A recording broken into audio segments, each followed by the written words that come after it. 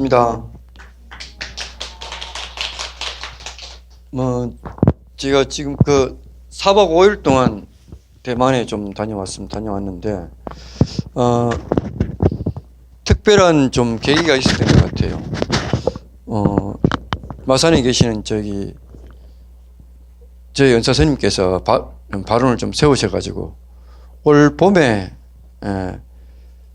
우리 스님의 제자들, 그러니까 백년업 성철 스님의 제자분이거든요, 우리 스님이.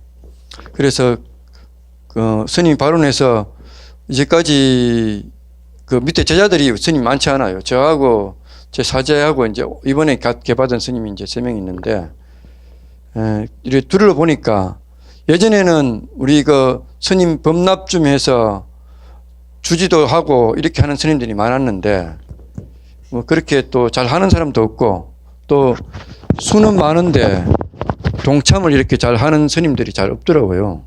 그래서 좀 단합도 시킬 겸 해서 대만에 성지순례를 보내주셔가지고 한 16분 정도 같이 다녀오셨는데,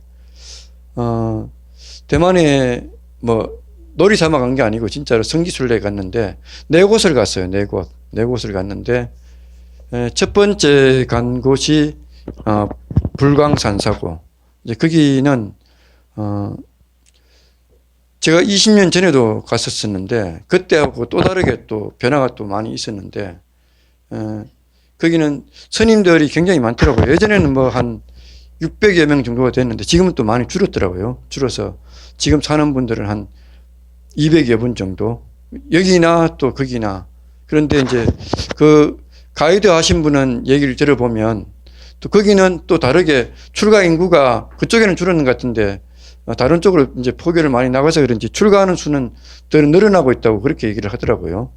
좀 아이러니한 그런 경우인데, 그 다음에 이제 두 번째 갔던 곳이 법고산사, 그 다음에 중태선사, 그 다음에 자제공덕회, 이래 4군데 갔었는데, 가는 곳마다 느낀 것은 뭐냐 하면, 스님들이, 우리는 이제 불교가 이렇게 역사가 굉장히 오래되어 있어요. 1700년 가까이 되고, 그 나라는 이제 대만에 정착해서 이렇게, 대만은 불교가 있었던 게 아니고, 45년에 해방이 되면서, 이렇게 대만으로 건너가게 되었죠. 국민당 정부가 장개석이라는 분이 그래 넘어가서 나라를 세웠지 않습니까?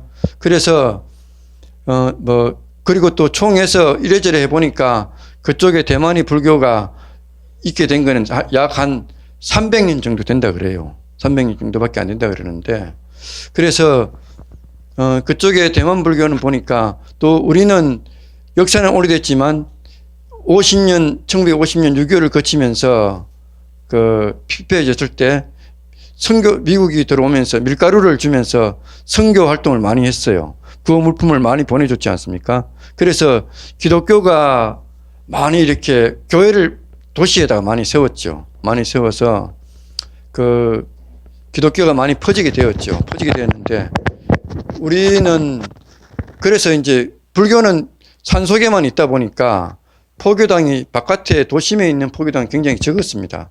적어서 지금 우리 남한은 보니까 포교당을 했던 게 광덕 스님의 거기 불광사, 서울에 있는 불광사, 그 다음에 이제 최근에는 현세에 와서 조금 또 대구의 간음사라든가 이렇게 또 부산에 이런 데도 그렇고, 최근에 70년부터 해서 이제 조금 이렇게 불교가 도심으로 나왔는데, 거기는 보니까 이제 대만의 불교들은 기독교가 있었긴 있었는데, 스님들이 활동을, 기도하는 것도 기도하는 거지만, 사회에 나와서 이 바깥에 있는 사람들이 고통을 덜어줄 수 있는 게 뭔가, 이런 거를 많이 봤던 것 같아요. 그래서 바깥 사람들이 힘들어하는 것들을 같이 호흡하고 같이 땀 흘리고 같이 하니까, 이제 자제공덕회 같은 경우에는 보시를 받아서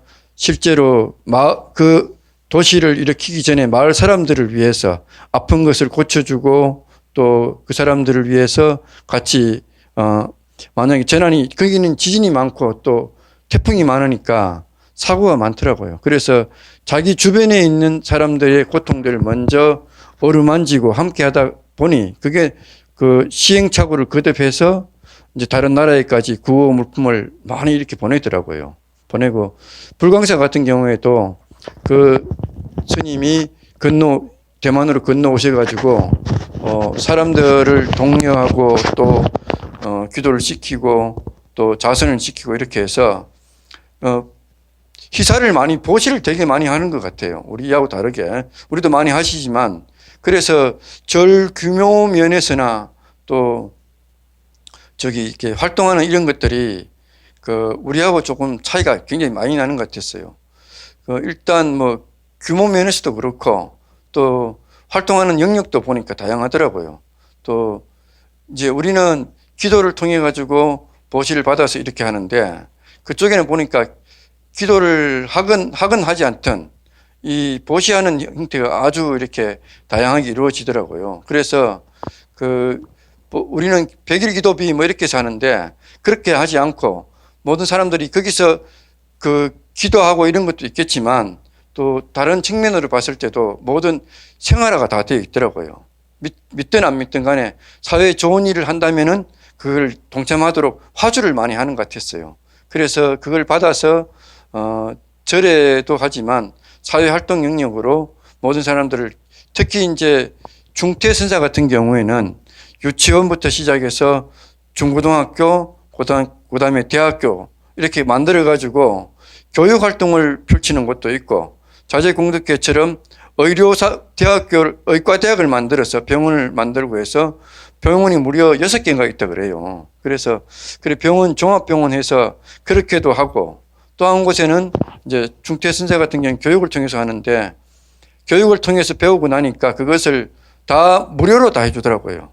이제 또 대학교 같은 경우에는 돈을 받긴 받는데 우리 돈으로 한 80만 원 정도 이렇게 받고 이제 최소한으로 받고 교육을 받고 나간 사람들이 다시 보시하는 형태로 이렇게 하더라고요. 그래서 교육 또 의료 그런 쪽으로 또 하면 법고산사 이런 데는 이제 참선을 주로 이렇게 가르치고 기도를 많이 하더라고요. 기도는 뭐 우리처럼 아미타 기도를 또 많이 하고 있고.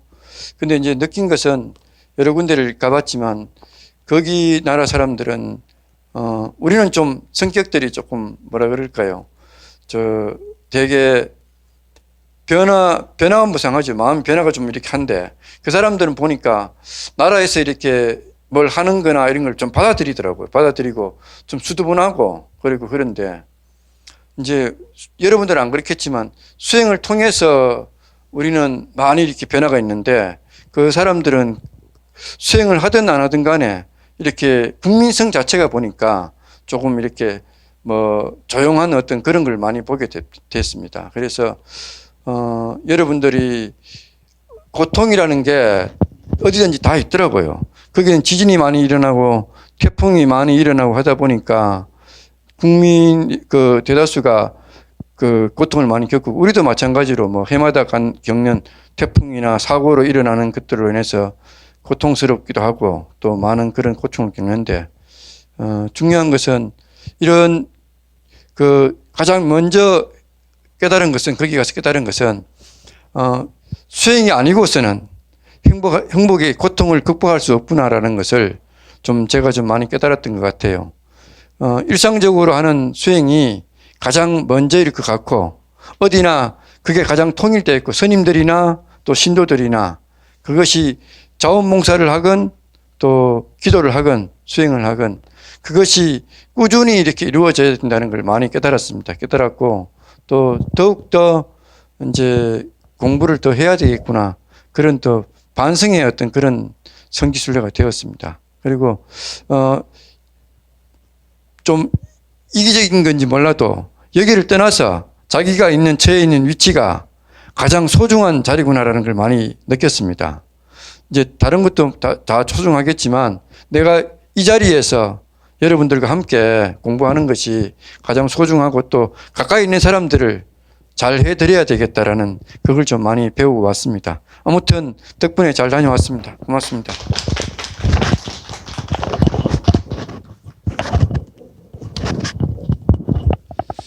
자,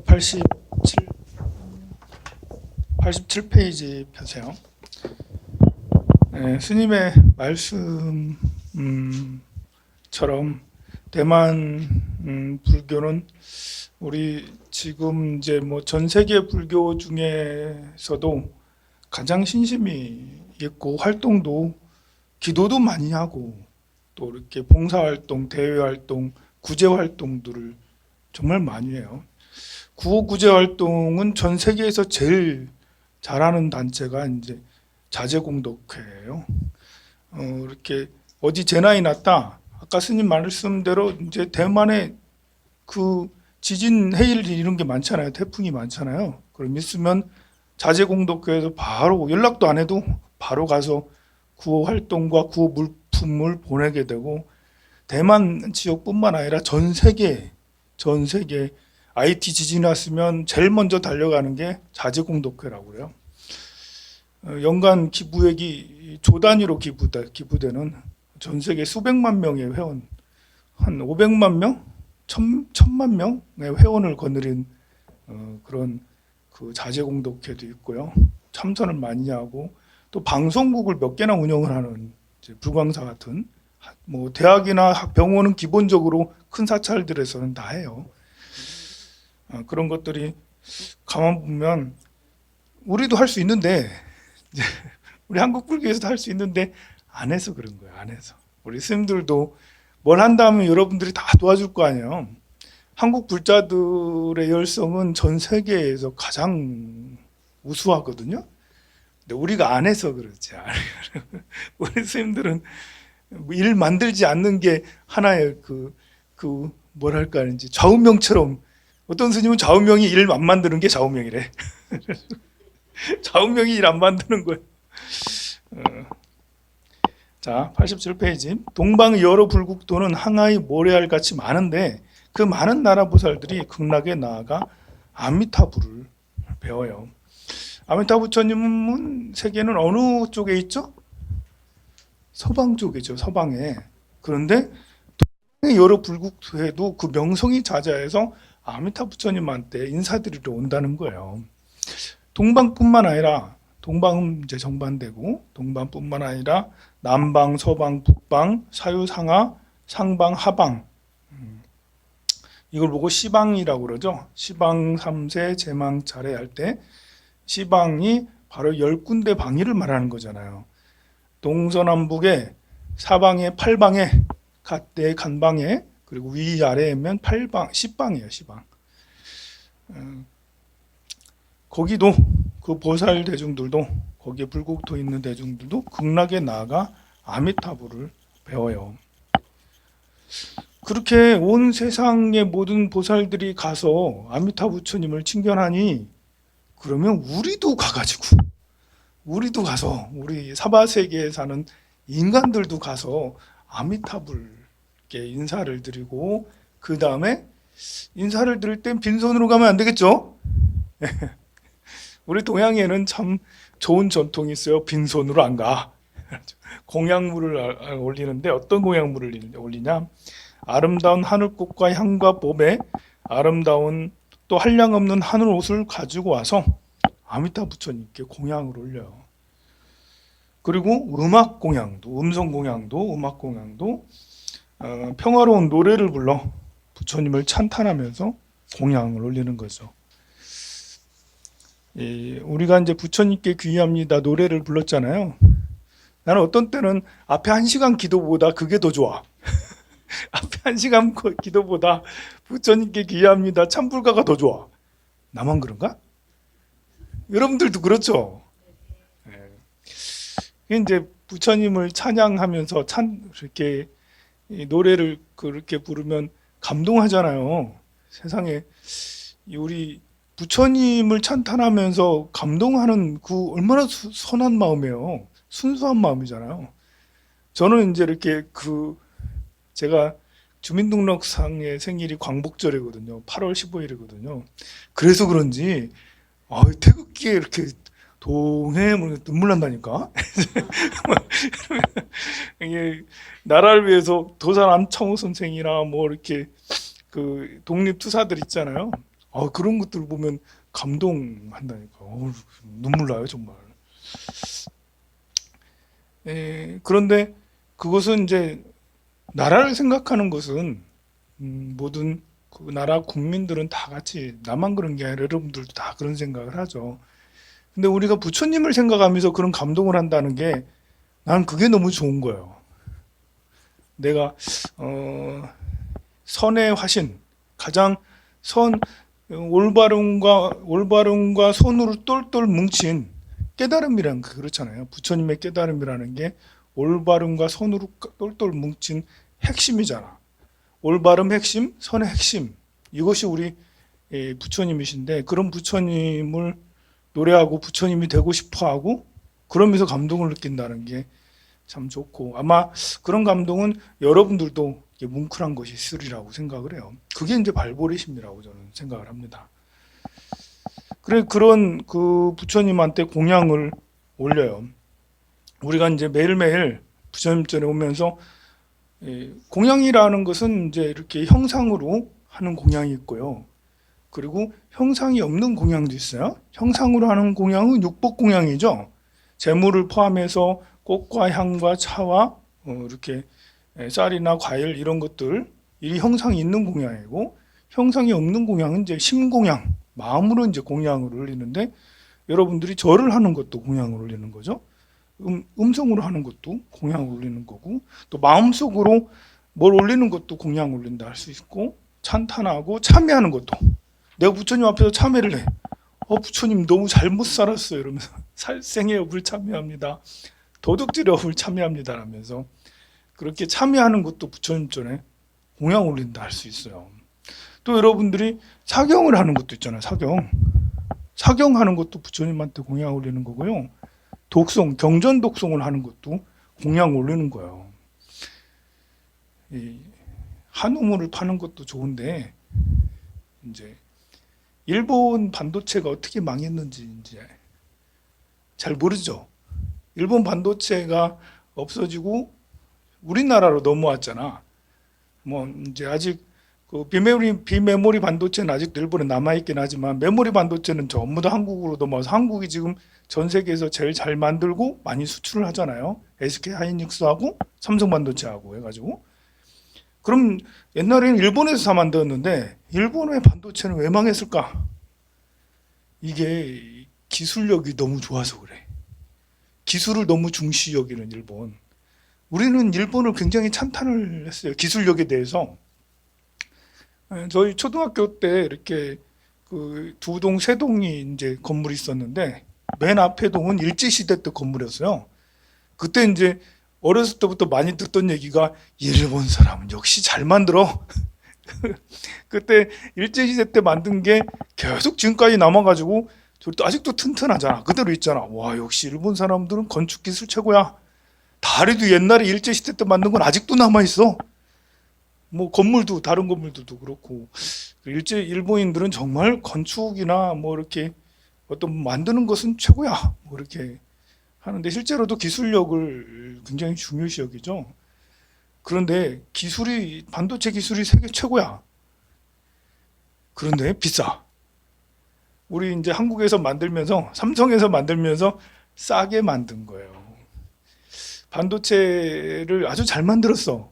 그런데 비싸. 기술은 좋은데 비싼 거죠.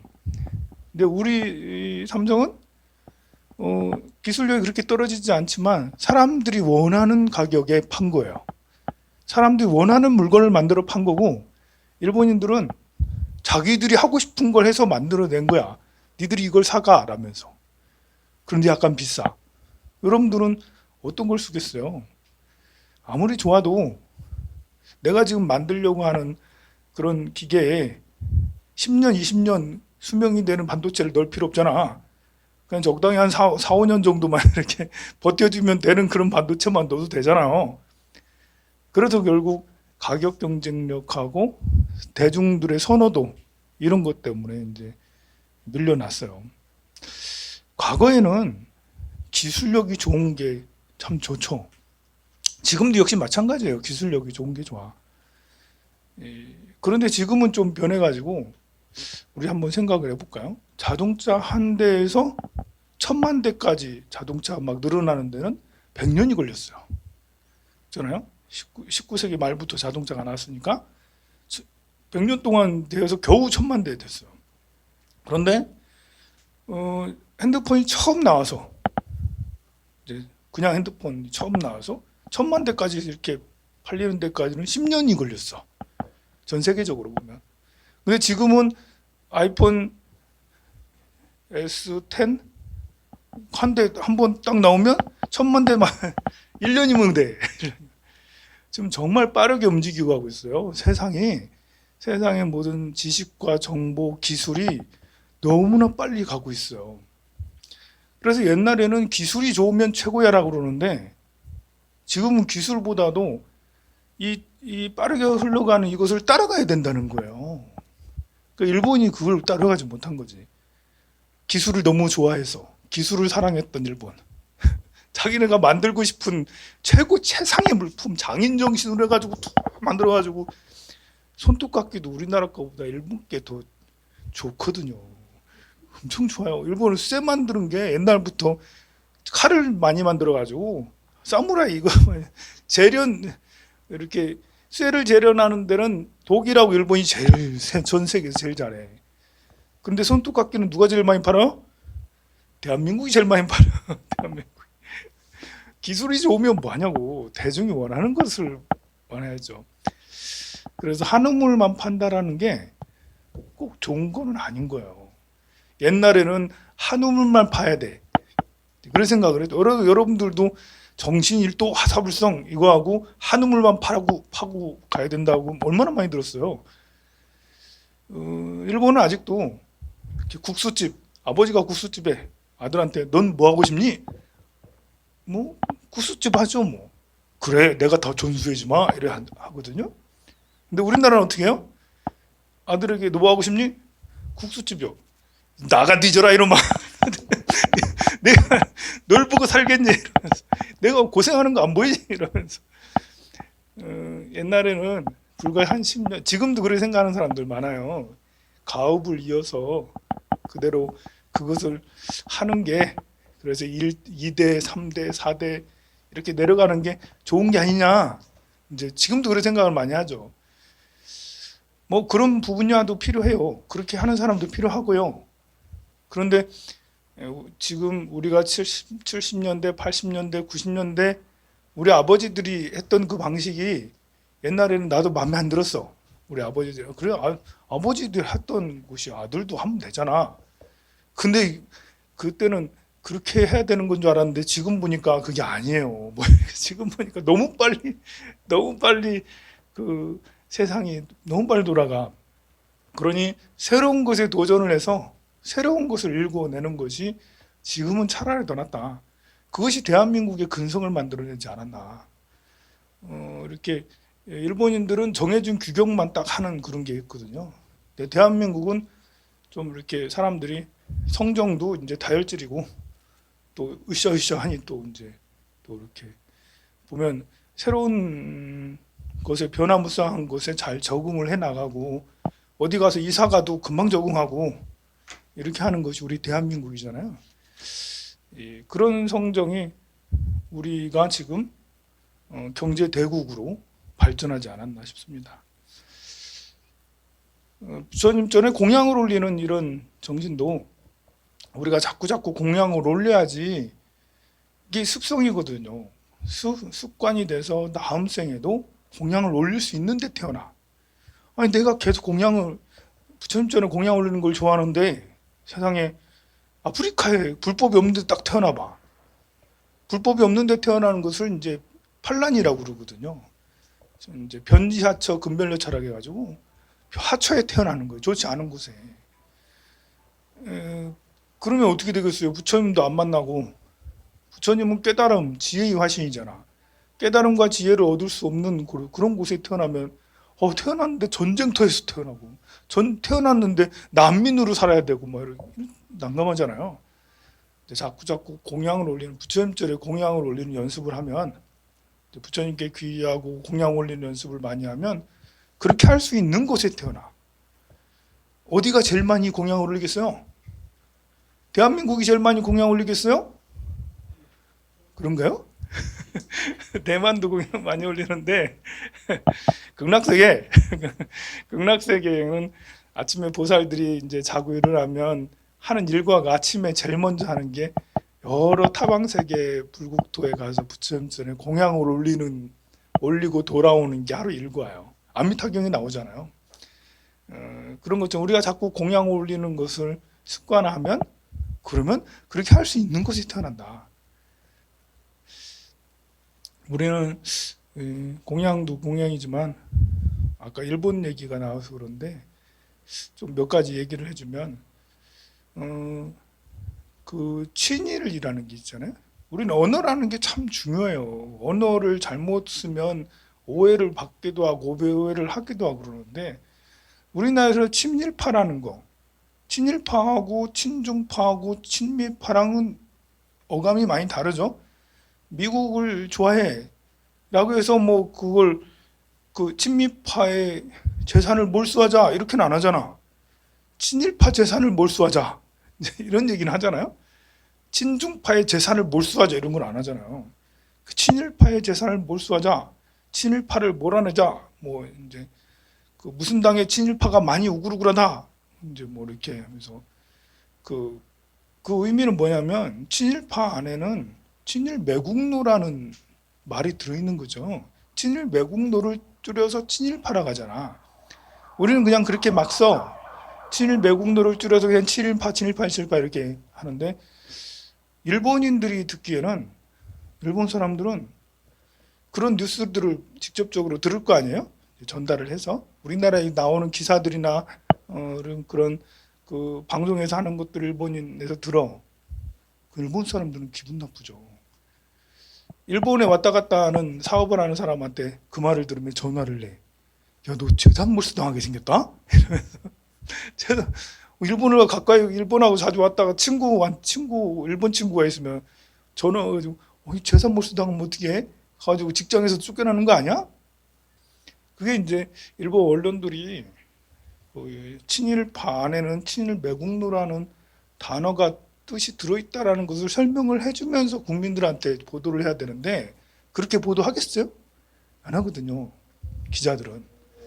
그러니 그런 뉴스가 나올 때마다 일본인들은 대한민국 사람들이 이상하게 생각하죠.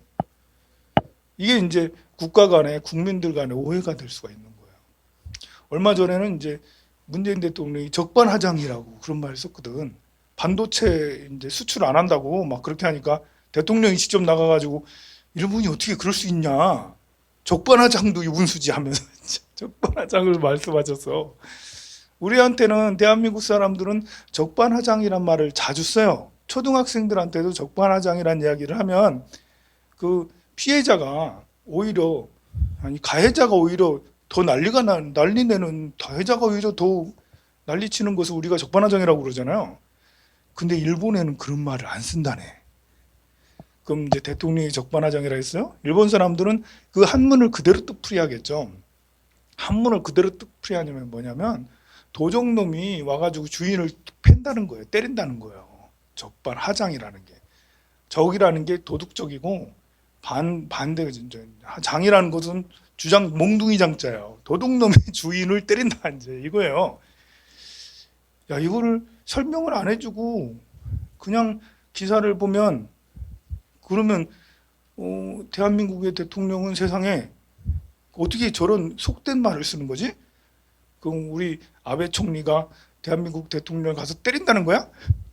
몽둥이로 때린다는 거야? 이렇게 몰지각하게 생각할 수도 있는 거죠.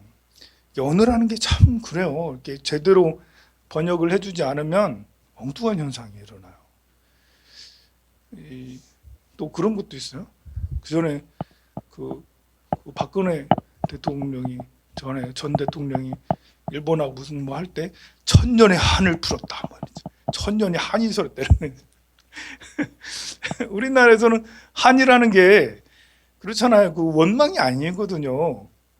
우리가 이제 한일전 했는데 이겼어. 한 풀었다. 뭐 이렇게 원망을 풀었다는 것보다는 우리에게는 뭔가 억눌림이나 뭐 이렇게 뭐 또 소원 성취했다라 이런 것처럼 경쟁하면서 뭘 이겨냈다. 우리 아들이 공무원 7급에 딱 붙었어. 한 풀었다 이러면서 우리 아들은 한 풀었다. 이런 어떤 목적했던 결과를 이루는 것이 한 풀었다를 할 수도 있는 거거든요. 근데 일본에는 그런 뜻이 아니에요. 우리하고 의미가 다르다고. 그야말로 원한이에요. 원한. 1000년 동안 원한을 가졌어? 세상에 1000년 동안의 원한을 가졌어? 이렇게 생각을 하면 그런 것처럼 참 국가와 국가도 이런 식의 이제 오해가 국민들 사이에 오해가 있을 수 있는 건 참 그렇습니다. 사실 개인과 개인 사이도 마찬가지예요. 우리 살아가는데 사실 누가 누구를 무시하려고 하는 건 아니잖아. 사실은 무시하려고 했다면 그건 문제지. 그건 정신적인 문제예요. 누가 누구를 무시하는 걸. 내가 돈이 많아. 돈 없는 사람 무시해. 이게 지정신이에요? 돈 없는 사람 무시하는 건 지정신 아니잖아. 교양이 있는 사람이 아니잖아. 돈 없는 사람, 돈 많다고 내가 권력이 많아. 내가 국회의원이고 장관이고 대통령이야. 그런데 권력 없는 그 어디 아프고 이제 연세가 많은 어르신 무시해. 이거 정상이 아니잖아. 이게 지정신이 아닌 거예요. 교양이 없는 거잖아요. 그거는 이제 이 정신 수양을 많이 해야 될 사람이잖아요. 그런 사람일 경우에 그런 사람의 분노하기보다는 안타까워해야 되는 거고, 대부분의 사람들은 누가 누구를 무시하거나 하는 것보다도 지금처럼 그런 정신적인 문제 또는 이제 의도치 않게 어쩌다 보니까 말을 하다 보니까 그렇게 돼버렸어. 상대를 모욕하는 말이 돼버렸어. 내가 굉장히 뚱뚱한데 내가 배가 많이 나왔는데 옆에서 말하는 사람이 배 나온 사람은 다 그지 같아 이러면서 업장이 얼마나 두터운 배가 저렇게 나와가지고. 근데 내가 옆에 있어. 그럼 어떻게 하겠어요? 내가 웃어 넘겨야지. 하하 웃으면서 넘겨야지. 나보고 그래? 이러면서 어떻게 내가 나한테 그럴 수가 있어? 이렇게 따질 수는 없는 거잖아요. 그런 것처럼 이 세상에 이렇게 보면 의도치 않게 한 말을 너무 크게 생각을 해서 자기를 모욕한 것처럼 그렇게 오해하는 경우가 굉장히 많아요. 우리가 좀 마음을 넓혀서 말의 오해에서는 빨리 벗어나야 되겠죠. 우리 지금은 그래도 이제 이렇게 동남아시아 사람들을 많이 무시하거나 이렇게 하는 것이 많이 줄었어요. 법으로도 그렇고 뭐도 그렇고 빠르게 정착이 되는 것 같아요. 의외로 참 다행이라고 저는 봐요. 그리고 계속해서 보도록 할게요. 신통과 지혜 88페이지. 신통과 지혜를 통달하시어 모든 깊은 법문 다 알으시고 한량없는 공덕을 두루 갖추니 미묘한 밝은 지혜 짝할이 없네. 이게 이제 부처님을 찬탄하는 거예요. 아미타 부처님은 신통 지혜를 통달하고 법문을 다 알으셔. 두루 갖추고 미묘한 밝은 지혜 짝할 리가 없어요. 우리가 이제 선정을 아는 것도 중요하고 선정을 닦는 것도 중요하고, 선정을 닦는 것은 지혜롭기 위해서 선정을 닦는 거예요. 세상의 모든 지식을 다 알지 않아도 저절로 선정을 닦으면 지혜를 알 수 있지만, 반대로 또 세상의 모든 그 정보를 알게 되면 시비분별에서 벗어나서 마음이 편안해질 수가 있어요. 그래서 세상의 지식을 아는 것도 참 필요해요. 대만 같은 경우는 이제 어떻게 해서 대만이 형성이 됐냐면, 본래 중국 땅이 아니었고 청나라 때나 돼야지 이제 중국 땅이 되거든요. 그런데 이제 이렇게 국민당 정부하고 지금의 이제 공산당 정부, 이제 국민당 정부는 장개석 총통이 이제 했고, 1945년이 이제 이렇게 되면서 일본이 항복을 하면서 이제는, 전에는 국민당하고 그 공산당하고 둘이서 손을 잡고 이렇게 일본을 처단해야 된다, 이제 일본하고 싸웠는데, 일본이 이제 그 항복을 하면서 이제는 국민당하고 공산당이 이제 서로 주도권 싸움을 하게 된 거예요. 당시에 국민당이 훨씬 컸거든요. 그래서 이제 공산당들은 도망 다녀야 됐어. 뭐 그래서 그때를 대장정이라고 막 해요. 저기 중국 전역을 대장정을 해서 너무나도 신기하게 그럴 리가 없었는데 그럴 리가 없었는데 장개석이 지게 되고 지금 이제 마오쩌둥이 승리하게 되면서 1949년쯤일 거예요. 장개석이 도망가는데 이제 대만으로 도망가게 돼요. 그리고 얼마 있다가 마오쩌둥은 세상에서 제일 이상한 이제 운동을 하게 되는데요. 세상에 이런 운동이 또 있을까?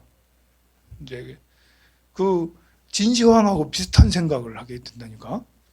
진시황보다 더 나쁜 생각을 하게 되는데 문화대혁명이라 해가지고 과거의 모든 것은 다 파괴하고 새로운 홍위병을 동원해가지고 고등학생들을 이용해가지고 고등학생들이 자기 아버지를 고발하기도 하고 막 그래요.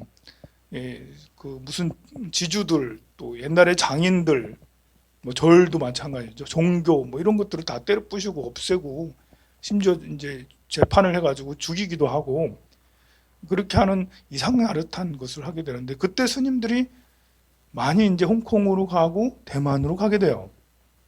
그때 중국의 큰 스님들도 많이 포함이 됐죠.